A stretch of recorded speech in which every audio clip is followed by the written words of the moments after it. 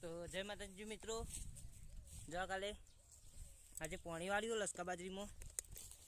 આ બાજુ ઘાસ છે, આ બાજુ લસકા બાજરી છે, અને જો પાછળ દેખાય એ આપણું ઘર છે બાજુ. અને અમારી એસબી ગુજરાતી યુટ્યુબ ચેનલમાં જો નવા હોય તો લાઈક કરી દેજો, શેર કરી દેજો, સબસ્ક્રાઈબ કરી દેજો. અને જો બતાવું એ આ સાઈડ પાણી વાળેલું હોય, જોઈ લો. જોઈએ કહો પાણી વાળેલું હોય. અને હજી શાયરો ભરવાનું નહીં. અમે શાયરો કરાવવાનું શાયરો ભરાય એટલી વાર જોઈ રહ્યા છીએ. અને તમે અમારા નવા વિડીયોની વાત જોઈ રહેજો.